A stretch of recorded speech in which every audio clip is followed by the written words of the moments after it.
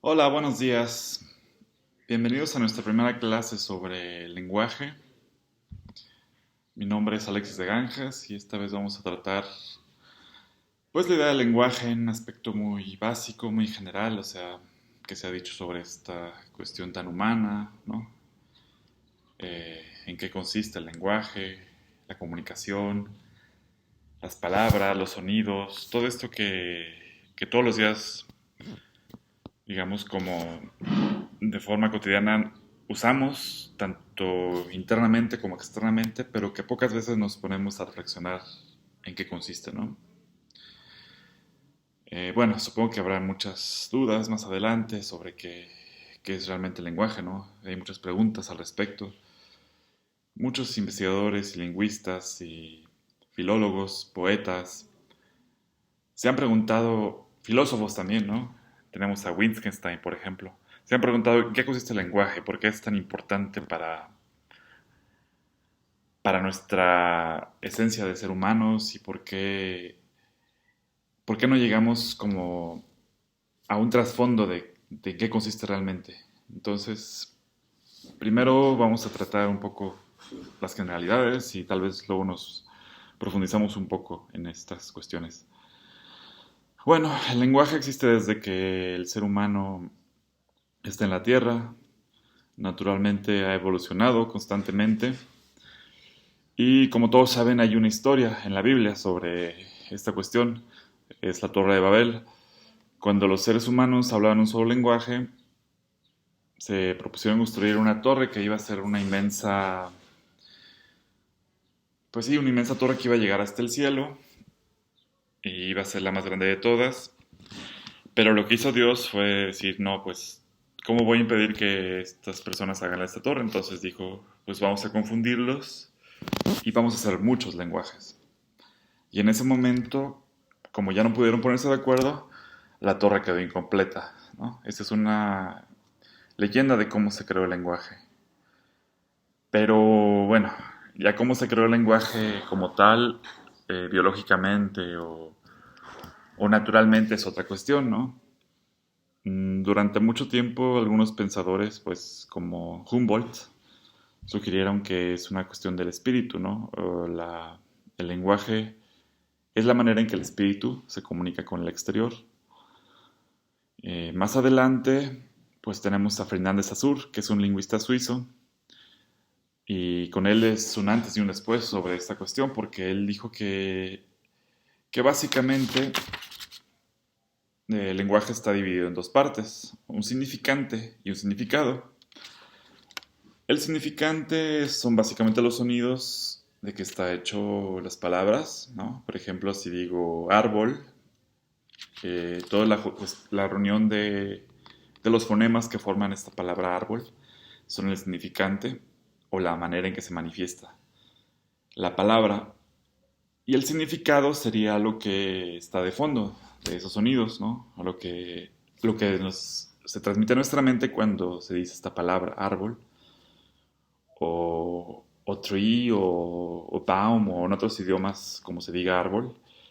La idea de la planta verde con un tallo, con ramas, con hojas, que crece muy alto, ¿no? Eso es lo que se forma en nuestra mente y eso sería el significado.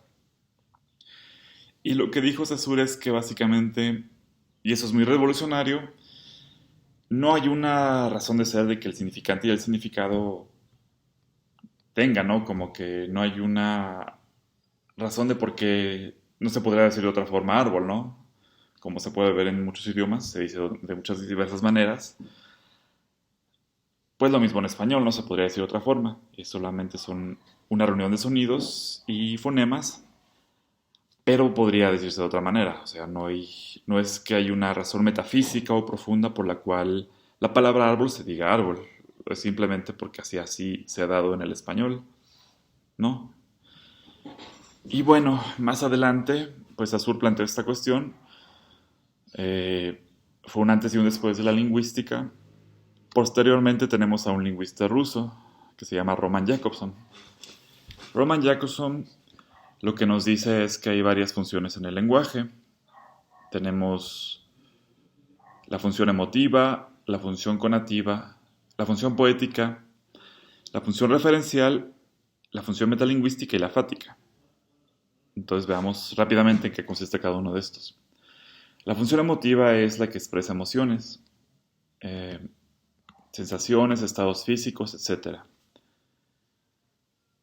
Por ejemplo, si digo me duele el estómago, pues estoy expresando como que una sensación de que algo me molesta. La función conativa influye en algo, ¿no? Como que la persona que habla le dice al receptor que haga algo, ¿no? Por ejemplo, ve a mi casa o tráeme esto, ¿no? Tráeme tal cosa. La función poética, esa es la más interesante porque es una función que se fija sobre todo en el mensaje, no se fija como como en el contenido del mensaje, ¿no? Por ejemplo, cuando digo los amorosos callan, ¿no? Del poema de Jaime Sabines, los amorosos son los que hacen esto, los que hacen lo otro. Estoy haciendo una función poética porque no estoy dando un mensaje, ¿no? Solo estoy usando el lenguaje como un medio, no como un fin. Otra función es la referencial. Se trata de representar objetivamente la realidad. Expresa hechos, datos, ¿no? Por ejemplo, cuando digo México tiene 125 millones de habitantes, estoy dando un dato, estoy haciendo una referencia a un contexto. Está también la función metalingüística,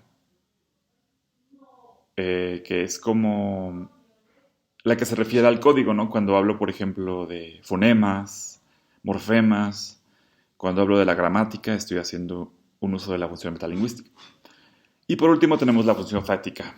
Esta es básicamente como una forma de mantener la conversación, ¿no? Cuando digo, por ejemplo, ¿será que va a llover hoy? A lo mejor no estoy interesado de si va a llover o no, sino que simplemente estoy tratando de mantener como la conversación, ¿no? Como mantener la conversación para decir algo muy importante posteriormente, ¿no? Entonces estas son las 6 funciones del lenguaje que sugirió Jacobson. Entonces más adelante pues trataremos otras cuestiones, básicamente, ¿no? Ya estamos viendo que hay un significante, un significado y que hay diversas funciones del lenguaje. Y más adelante pues trataremos sobre estos temas con más detalle. Muchas gracias.